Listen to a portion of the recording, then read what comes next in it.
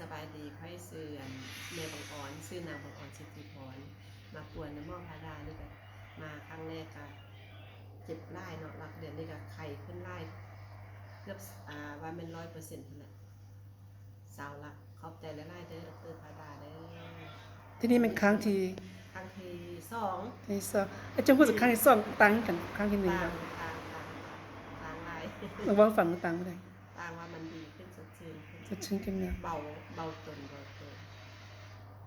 หน้าใส น้า ขึ้น ใสขึ้น ตาเจะก็สว่างขึ้นเอามาให้ฝนมาหนึ่งเนาะ ขอบใจไล่เด้อเด้อพาดาให้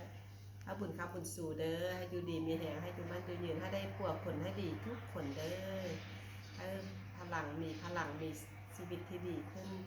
พ่อบุญรักษาแต่พระคุ้มครองให้ดีเย็นเป็นสุขสุขกายสุขใจเด้อขอบใจ